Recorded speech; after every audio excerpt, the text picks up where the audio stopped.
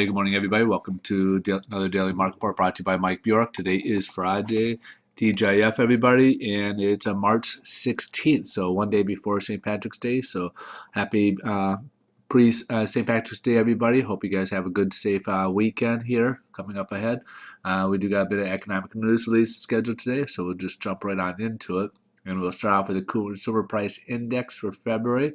Back in January, we had a 0.2%, so it was pretty modest. We expected to kind of go up to 0.5%, and it did go up to 0.4%. So we did have an uptick when it came to inflation and the headline number. But when you strip out food and energy, we get the core CPI, and we had, again, January back 0.2%. We figure it remained the same and actually dropped a little bit. So when you strip out the volatility of the food and energy, the actual core inflation dropped a little bit. Industrial production. February, we had 0.4% for January. We figured it would remain the same for when it came for February, and came in lower than expectations. So industrial production overall dropped. And we got capacity utilization. We had 78.8%, so we figured it would be right in that same area, and basically came in expectation. So capacity utilization basically is, came in what the forecast came in at. So not a big number here, but here's a big one that we need to pay attention to is consumer sentiment. For March, so February we had a 75.3 rating. Every month since about August we've been kind of going upwards. So it's estimated to go up to about 76.5.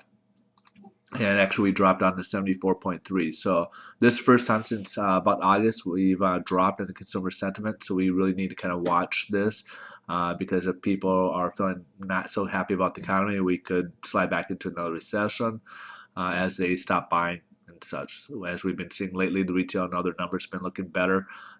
So we're hoping obviously that growth will continue as people are feeling better about where things are at.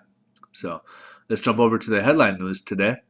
And we're getting kind of a mixed result on the stock market. It's not trading too heavily, so we're just barely one way or the other right now. Right now, a lot of it has to do. The fingers being pointed at the price of gasoline for as a result of lower sentiment. People are not, jobs and everything else are looking a little bit better, but gas prices are up, so people are. As a result, a lot of other things like kind of rising as costs, so people are not feeling good about that, obviously, especially when it costs them more to go to work, or if they aren't working, going to job interviews, it's costing them a lot of money to be able to get to those places.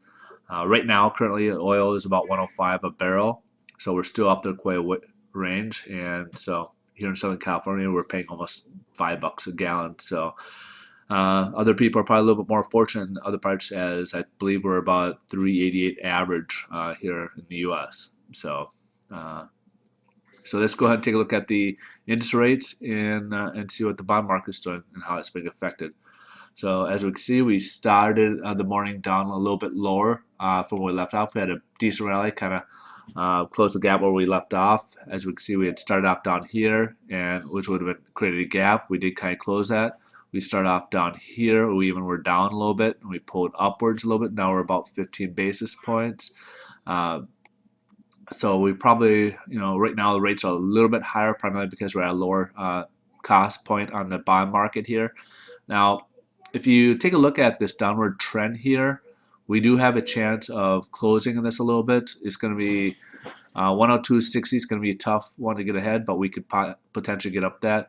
103 might be a little bit more difficult to get into. So as this trend keeps going downwards, we might end up right around the 103 or just below 103 level, between 102.6 and 103 level. So at some point we'll have probably a correction, but it'll probably be very short-lived, and we'll probably get back heavier.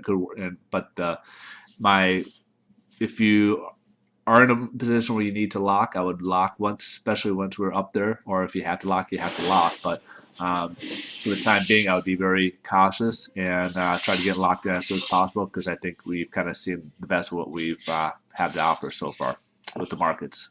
So if you listen to my yesterday's explanation, a lot of it has to do with the Fed. Operation Twist has kind of been finalized. They purchased their last largest end of mortgage-backed securities back in end of February.